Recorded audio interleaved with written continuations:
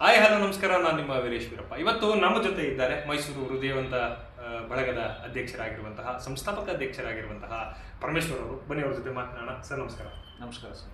Sir, ಇವತ್ತು ರಾಜ್ಯ ರಾಜಕಾರಣ ಒಂದ್ ಕಡೆ ಅಲ್ಲೋಲ ಕಲ್ಲಲ್ಲ ಆಗ್ತಾ ಇದ್ರೆ, ಯಾರು CM ಅವರ ಇವರ ಅದೆಲ್ಲವನ್ನು ಹೊರತುಪಡಿಸಿದ್ರೆ ನಾವು ಮೈಸೂರಿಗರಾಗಿ ಯೋಚನೆ ಮಾಡೋದಾದ್ರೆ ಚುನಾವಣೆ ನಡೀತಾ ಇಲ್ಲ, ನಿಮಗೇನು ಅನ್ಸುತ್ತೆ? ನೋಡಿ, ಚುನಾವಣೆಯ ಸಂದರ್ಭಕ್ಕೆ ತಕ್ಕಾಗಿ ಆ ಕಾಲಘಟ್ಟದಲ್ಲಿ ಚುನಾವಣೆ ಆದರೆ ಅಧಿಕಾರಿಗಳು ಉತ್ತಮವಾದಂಥ ಕೆಲಸ ಮಾಡೋಕ್ಕಾಗ್ಬೋದು, ಅಭಿವೃದ್ಧಿ ಸಪೋರ್ಟವಾಗಿ ನಡೀತಾ ಇರ್ತದೆ. ಅಭಿವೃದ್ಧಿ ನಡೀದೇನೆ ಅಧಿಕಾರಿಗಳಿಗೆ ಯಾವುದೇ ರೀತಿ ಪರ್ಯಾಯ ವ್ಯವಸ್ಥೆ ಇಲ್ಲದೇ ತುಂಬ ಸಂವಿಧಾನ ವಿರೋಧಿ ಕೆಲಸಗಳು ನಡೀತಾ ಇದೆ, ಅವೈಜ್ಞಾನಿಕವಾದಂಥ ಕೆಲಸಗಳು ನಡೀತಾ ಇದೆ. ಪ್ರಶ್ನೆ ಮಾಡೋರು ಇದ್ದಾಗಲೇ ಕೆಲಸಗಳು ಕರೆಕ್ಟಾಗಿ ನಡೀತಾ ಇರಲಿಲ್ಲ. ಇವತ್ತು ಪ್ರಶ್ನೆ ಮಾಡೋರು ಇಲ್ಲದೇ ಇರೋದ್ರಿಂದ, ಆ ಚುನಾವಣಾ ಪ್ರತಿನಿಧಿಗಳು ಅಲ್ಲಿ ಇಲ್ಲದೇ ಇರೋದ್ರಿಂದ ಅವರು ಸರ್ವಾಧಿಕಾರಿ ಧೋರಣೆ, ಅವರ ಬೇಜವಾಬ್ದಾರಿತನ ಕಟ್ಟ ಕಡೆಯ ವ್ಯಕ್ತಿಗೆ ತೊಂದರೆ ಆಗ್ತಾ ಇದೆ. ಈಗ ಜನಪ್ರತಿನಿಧಿ ಆಗುವಂತಹದ್ದು ಒಂದು ಕಡೆ ಆದರೆ, ನಾವು ನಮ್ಮ ಜನಪ್ರತಿನಿಧಿಯನ್ನು ಆಯ್ಕೆ ಮಾಡುವಂತಹ ಮೂಲಭೂತ ಹಕ್ಕುಗಳಲ್ಲಿ ಒಂದು ಪ್ರಮುಖವಾದಂತಹ ಅಂಶ. ಹೌದು, ಆ ಅಂಶಕ್ಕೆ ಇವರು ಎಲ್ಲೋ ಒಂದು ಕಡೆ ಕೊಡ್ಲಿ ಪೆಟ್ಟು ಕೊಡ್ತಾ ಇದ್ದಾರೆ ಅಂತ ಅನ್ಸಲ್ವಾ ನಿಮಗೆ? ನಿಜವಾಗ್ಲೂ ಇದು ಸಂವಿಧಾನ ವಿರೋಧಿ ಕೆಲಸ. ಯಾಕಂದರೆ ಕಾಲಘಟ್ಟದಲ್ಲಿ ಚುನಾವಣೆ ಆದರೆ ಎಲ್ಲ ಚೇತರಿಸ್ಕೊತಾರೆ, ಬಲಿಷ್ಠರಾಗ್ತಾರೆ. ಪ್ರಶ್ನೆ ಮಾಡೋ ದಿಕ್ಕಲ್ಲಿ, ಕೆಲಸ ಅಭಿವೃದ್ಧಿ ಮಾಡೋ ದಿಕ್ಕಲ್ಲಿ ಅವ್ರ ಜೊತೆ ಓಟ್ ಆಗಿರ್ತಕ್ಕಂಥ ಕಾರ್ಯಕರ್ತರು ಪ್ರಶ್ನೆ ಮಾಡೋ ದಿಕ್ಕಲ್ಲಿ ಬಂದಾಗ ಜನಪ್ರತಿನಿಧಿಗಳು, ಅಧಿಕಾರಿಗಳಿಗೆ ಯಾವ್ಯಾವ ಕೆಲಸ ಏನು ಮಾಡ್ಬೋದು ಅದ್ರ ಸಭೆ ಸಮಾರಂಭಗಳಲ್ಲಿ ಚರ್ಚೆ ಮಾಡಿ ಅಭಿವೃದ್ಧಿ ಅಂತ ಸಾಗ್ತಾ ಇರ್ತದೆ. ಇವಾಗ ಚುನಾವಣೆ ಮಾಡದೆ ಅವರು ಚುನಾವಣೆ ಮುಂದೂಡ್ತಾ ಹೋಗ್ತಾ ಇದ್ರೆ ಅಭಿವೃದ್ಧಿನೂ ಆಗಲ್ಲ. ನಾವು ಕಟ್ಟುವಂಥ ತೆರಿಗೆ ಸುಮ್ಮನೆ ಪುಕ್ಕಟೆಯಾಗಿ AC ರೂಮಲ್ಲಿ ಕೂತ್ಕೊಂಡವ್ರು ಕೊಟ್ರಾಗ ಆಗುತ್ತೆ, ಹಣ ವ್ಯಯ ಆಗ್ತಾ ಇದೆ. ಆಮೇಲೆ ಸಂವಿಧಾನ ವಿರೋಧಿ ಕೆಲಸ ಇದು. ಚುನಾವಣೆ ಆ ಸಂದರ್ಭದಲ್ಲಿ ಮಾಡಲಿಲ್ಲ ಅಂದರೆ ಇವ್ರು ಯಾರು ಹರಹರರಲ್ಲ. ಇವತ್ತು ಸರ್ಕಾರನೂ ಇಲ್ಲ ಅಂತಾನೆ ಅರ್ಥ. ಸರ್ಕಾರ ಕೆಲ ಮಾಡ್ತಿಂದ ಬೂತ್ ಮಾಡ್ತಾನೆ ಅವರು ಬಲಿಷ್ಠಗೊಳಿಸೋದು. ಬೂತ್ ಮಟ್ಟನೆ ತುಳಿದು ಇವರು ಅಲ್ಲಿ ಅಧಿಕಾರ ವಿಧಾನಸೌಧದಲ್ಲಿ ಕೂತ್ಕೊಂಡಿದ್ರೆ ಏನು ಪ್ರಯೋಜನ? ಜೊತೆಗೆ ವಿಕೇಂದ್ರೀಕರಣದ ಆಡಳಿತವನ್ನ ಇವರು ಸಾಯಿಸ್ಬಿಡ್ತಾ ಇದ್ದಾರೆ ಅಂತ ನಿಜ ಏನನ್ಸುತ್ತೆ? ನಿಜ. ಬುಡಗಳನ್ನ ಸಾಯಿಸ್ತಾ ಇದ್ದಾರೆ. ಈ ಮುಂದಿನ ಇವತ್ತು ಯುವಕರು ಬಲಿಷ್ಠರಾಗಿ ರಾಜಕಾರಣ ಪ್ರವೇಶ ಮಾಡಬೇಕು ಅನ್ನೋರಿಗೆ ಇದು ಕಗ್ಗಂಟಾಗಿದೆ. ಯುವಕರಿಗೆ ಆಸಕ್ತಿ ಒಟ್ಟೋಗ್ಬಿಡ್ತದೆ. ಇವರು ಯುವಕರನ್ನ ಅವರ ವೈಯಕ್ತಿಕ ವಿಷಯಗಳಿಗೆ, ಅವ್ರು ರೌಡಿಸಮ್ ಮಾಡೋದಕ್ಕೆ, ಮುಂದಿನ ನಡೆಯೋ ಚುನಾವಣೆಗಳಿಗೆ ಸೀರೆ, ಕುಕ್ಕರು, ನಿಕ್ಕರು, ಪ್ಯಾಂಟು, ಬೇರೆ ಬೇರೆ ಅವೈಜ್ಞಾನಿಕವಾಗಿ ಜನರನ್ನ ಹಾಳು ಮಾಡೋ ದಿಕ್ಕಲ್ಲಿ ಈ ಯುವಕರನ್ನ ಸದುಪಯೋಗ ಪಡಿಸ್ಕೊತಾ ಇದ್ದಾರೆ. ಯುವಕರನ್ನ ಬಲಿಷ್ಠಗೊಳಿಸೋ ಅಂತ ರಾಜಕಾರಣಿಗಳು ಇವತ್ತು ನಮ್ಮ ಕರ್ನಾಟಕದಲ್ಲಿ ಯಾರೂ ಇಲ್ಲ.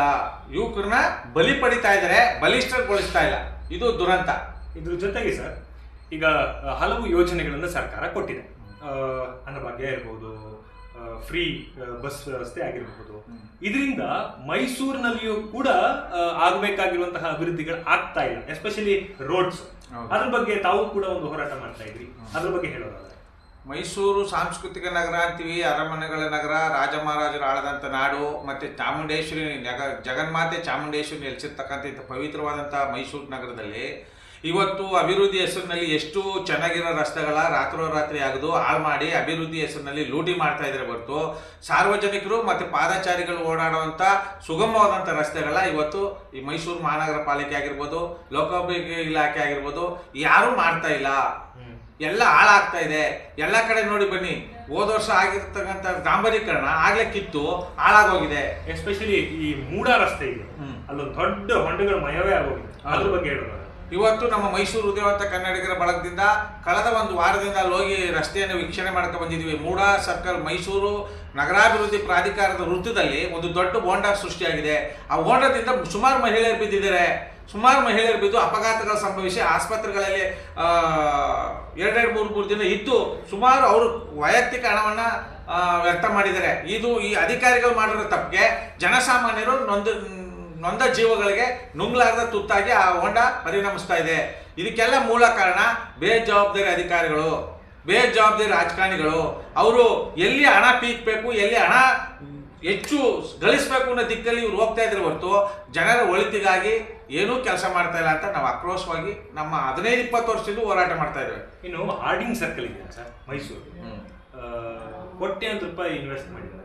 ಬಹಳ ಬ್ಯೂಟಿಫುಲ್ ಆಗಿ ಕಾಣಬೇಕು, ಸ್ವಚ್ಛಂದವಾಗಿ ಕಾಣಬೇಕು ಅಂತ.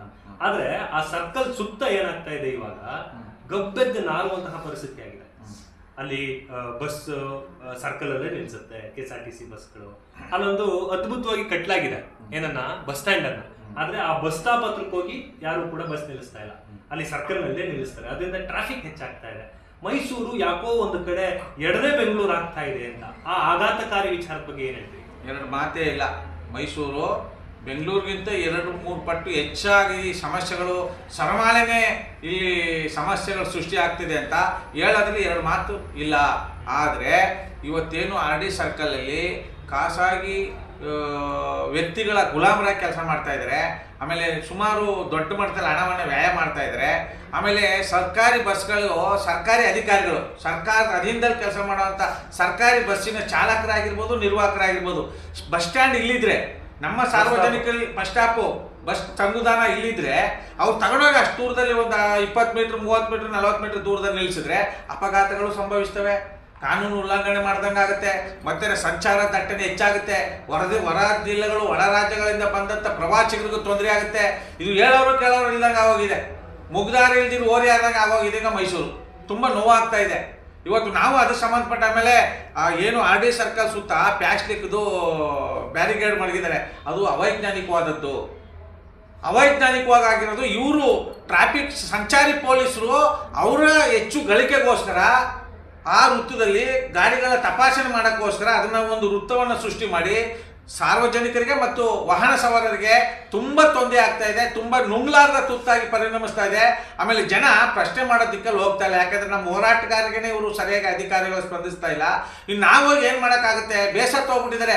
ವೈಯಕ್ತಿಕವಾಗಿ ಪೊಲೀಸ್ ಸ್ಟೇಷನ್ಗೆ ಹೋದ್ರೂ ನ್ಯಾಯ ಸಿಗಲ್ಲ, ಸರ್ಕಾರಿ ಮೇಲ್ಪಟ್ಟ ಅಧಿಕಾರಿಗಳ ಹತ್ರ ಹೋದ್ರೂ ನ್ಯಾಯ ಸಿಗಲ್ಲ.